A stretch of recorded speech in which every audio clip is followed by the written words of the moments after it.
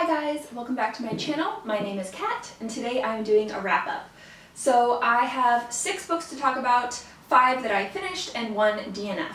So these are books number 144 to 148. So yeah, I have almost read 150 books this year so far, and I'm really excited about it. So let's go ahead and get right on into it with the DNF. So the DNF is The Man from Snowy River by Ellen Mitchell.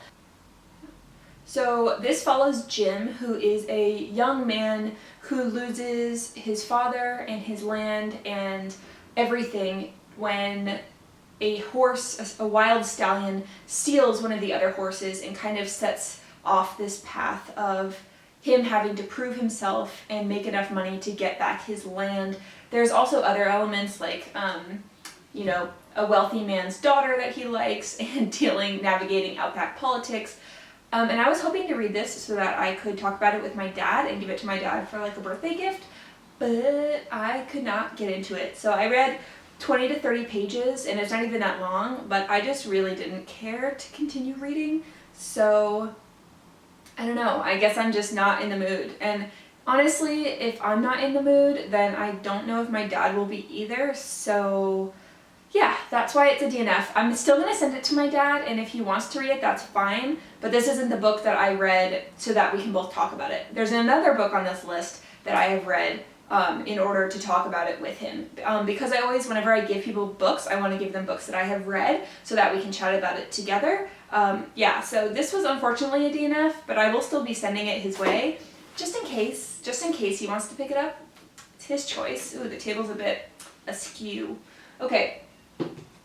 The next book I want to talk about is Binti by Nnedi Okorafor. So I read this one day when I was at the library and I was taking a break. It is a novella, so it's very short. I think it's like 90 pages long.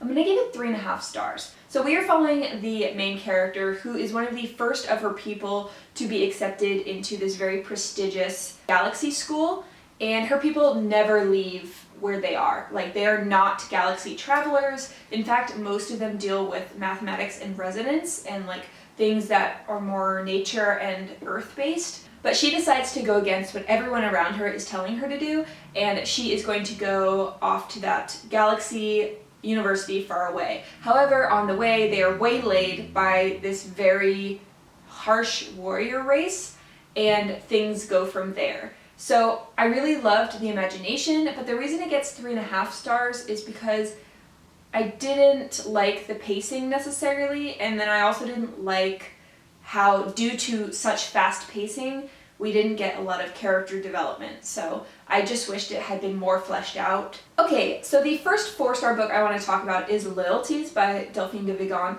So this is a multiple POV story set in Paris. One of the main characters is a teacher who has 2 young boy students, and she is worried about both of them, one in particular. She is trying to discover what is wrong with the boys. However, everyone around her is telling her that it's not her place, that she should back off.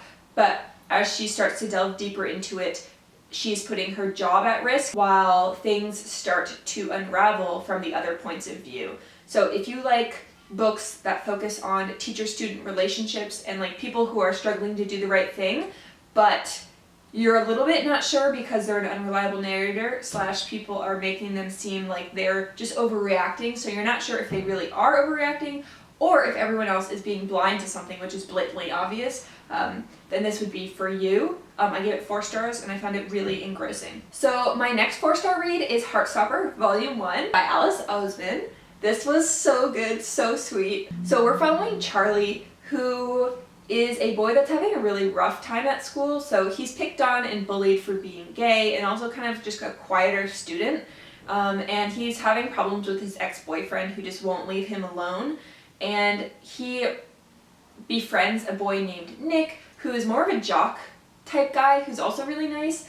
And he starts to develop a crush on Nick, and when Nick convinces him to join the rugby team because he's a really fast runner, then things kind of go from there.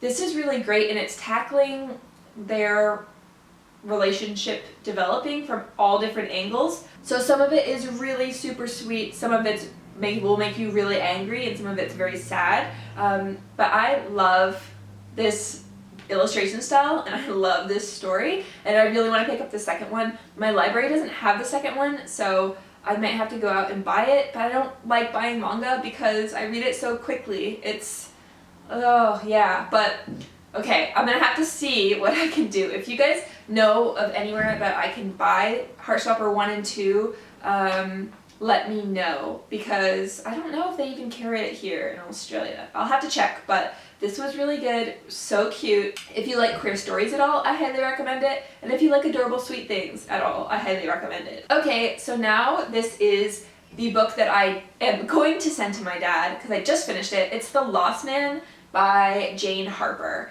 So this is not in the series that Jane Harper has been writing before, where it is The Dry and then The Force of Nature. This is not in that series, this is the standalone, but boy is this good. I would say that this ties with The Dry for me, like so good. I just finished it and I wanted to film this video because I'm all like hyped up on like how good it was. So when the book starts off, a brother has just been called that one of his other two brothers has been found dead with his car nearby but deserted and full of supplies, and he has been found perished under the stockman's grave, which is the only shade for miles around. It is the shade thrown from a headstone of an 1890s grave. So when they show up at the crime scene, there's nothing around, like no shrubbery, no animals, no people, no nothing, no tracks. It is like a shut and closed case, and everyone thinks that he committed suicide. Jane Harper brilliantly wrote a setting in the outback where there is nothing to indicate anything. So there's no cameras, due to the shifting sands, there's no tracks, there is nothing. So watching people trying to solve what really happened is absolutely fascinating. And if you're interested in Australian literature or the outback or like thrillers set in the outback, this would be for you. It was so good. I gave it 4 stars and the cover is gorgeous, and I will be sending it to my dad for his birthday. So yeah, I highly recommend. It was so good. Okay, so now is the last book, which I gave 4.5 stars. This is Human Acts by Kang. So this is a South Korean translation about the 1980s Gwangju kind of massacre that happened in South Korea. And like I've said before in other videos, I lived in South Korea for 2.5 years, and I have to say I have never heard about this incident. No one had ever talked about it with me. So I was actually pretty shocked to learn about this. So when people were rising up against the government in the 1980s in Gwangju, it was pretty much squashed completely, and people were massacred in hundreds and thousands in the street, pulled from their homes and killed, slaughtered, and it's just absolutely brutal and terrifying. So when it opens, we're following the first main character, who is the boy, and he is helping sort the corpses so that family members can come and find their family members. The second chapter is following one of the corpses who is not brought to that center but is instead left in a mass grave and is then burned, and we're following as the flesh like decays and there's maggots, and like this is a book which is full of gore, horror, body horror, just absolute like blood, guts, and just it's very harrowing, very powerful, and it like kept me up. I had to finish it. It made me cry, it made me really like upset that I hadn't heard about it before, and I can really understand why Hong Kong got a lot of like disapproval from the South Korean government like when she first wrote it, because this shows them in the absolute worst light. I don't understand how no one really knows about this and how it's never mentioned. It was swept under the rug, like I've never heard of it at all, like what the heck?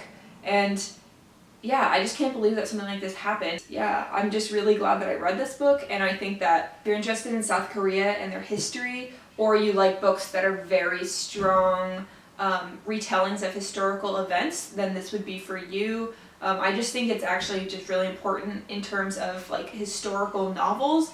This is probably the most powerful one I've read set anywhere in Asia, probably ever. I would say. So definitely check it out if this is something that you could stomach. I highly recommend it. It was phenomenal, powerful, terrifying, obscene, like all of those things all together. So yes. Okay, this finishes up my wrap up. So this is the last wrap up from September and a bit of October. And from now on, all of my wrap ups in October will be all of the readathon wrap ups. So I'm really looking forward to it. I am in the middle of Hocus Pocus readathon right now, and I have read nearly 4 books. So I'm really, really excited about that. And I will talk to you guys in my next video. Love you. Bye.